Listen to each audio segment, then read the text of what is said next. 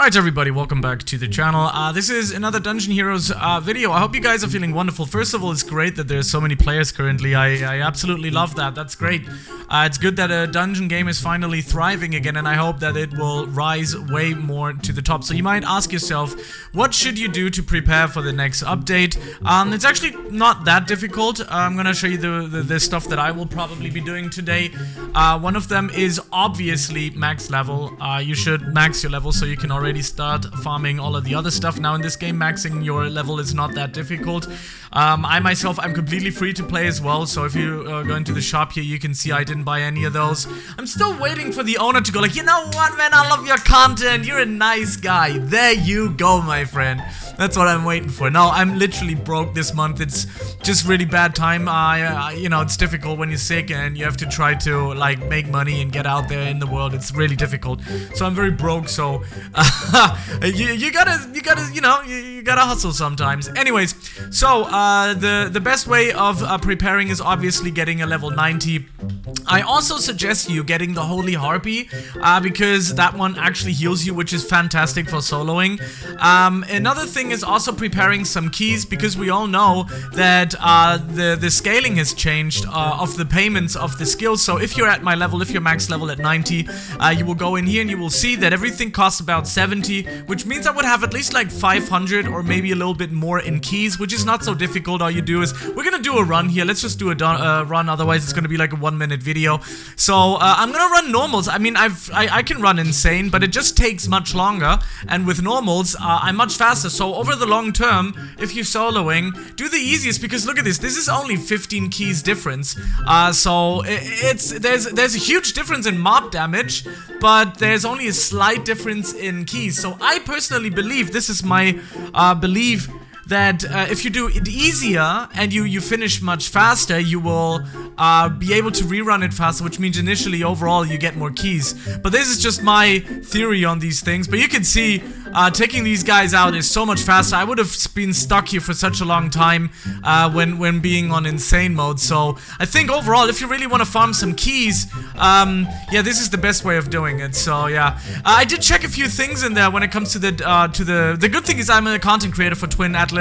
And I've seen some stuff for the new update. I've already shared it with you. If you haven't seen it already, the new map and the new stuff, the new mobs and stuff that's gonna be out. I actually talked to the owner yesterday, and I did suggest that they should show us the patch notes once they actually nerf or buff something, which is so much more helpful, because in the end we don't know what's gonna change. He did say though that they do like the community to actually find out about new metas and changes, which is overall not a bad thought, but I think it is still a little bit better for us to know what's gonna be buffed and nerfed, because imagine they would just like buff secretly some sort of I don't know, like let's just say something physical, and right now we all love you know, we all love magic so much that we completely forget about it, that we don't even know that this thing actually is viable now, and it kind of just like, I don't know, we lose time, we kind of lose time on the game with that kind of way of thinking. But that's just personally my thought of this. I gotta give them every shout out that I possibly can. What they're currently doing is really awesome. I really like what they're doing with the game, and how much they're behind Nathan and his team, and how much they're behind you know, this game, this dungeon game, and how much time and effort they put into this, and how much thought, which I think is just awesome. We haven't seen that in a while, a capable team that is really, really good. Now, dungeon leveling was also very, very good. I do like what Kimuro, I don't know how to say his name, Kimurox or something. I did talk to one of the lead developers just recently, actually, in a Dungeon Hero Discord server, and we were talking a little bit about the shutdown of dungeon leveling, and that they're really close on releasing again, and what the actual reason was. I'm gonna ask for permission if I can speak about this as well, so I'm not gonna completely like throw him under the bus here, because I still want to keep some connections, you know. But I think it looks pretty good. The development of dungeon leveling also is not looking too bad, but I personally like that this was kind of a funky release though, wasn't it? Like dungeon leveling, which was the next best working dungeon crawler on Roblox, suddenly kind of like went down, right?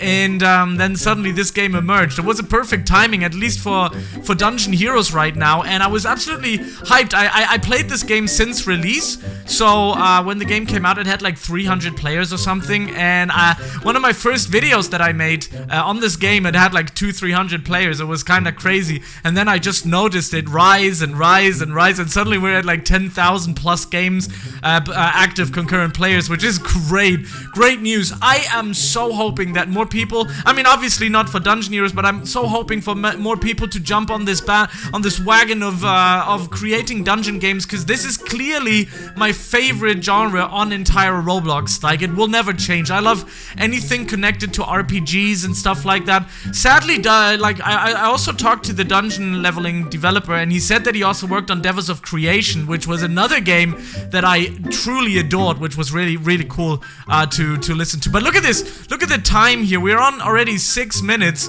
which is fantastic, by the way, and we're just literally crushing in here. I was actually trying to find some ways on how to beat the dragon a little bit easier, and literally, if he does these stupid circles that we're gonna see right now, I'm just literally leaving the map like this, and I'm just waiting until it's done instead of dying and then just running into it again, so I'm not losing any time. So he uses like 3 circles, and yeah, that was good. He's using like 3 circles, and that's it. And then we have a little bit of a time frame where we can do some damage, and I think he might be in a second going to do it again, but we're okay. He's just doing this. Maybe I get trapped here. That was the move that usually I get trapped with. Okay, I'm kind of like messing up here, but that's fine. I'm gonna try to dash through it. Let's see it.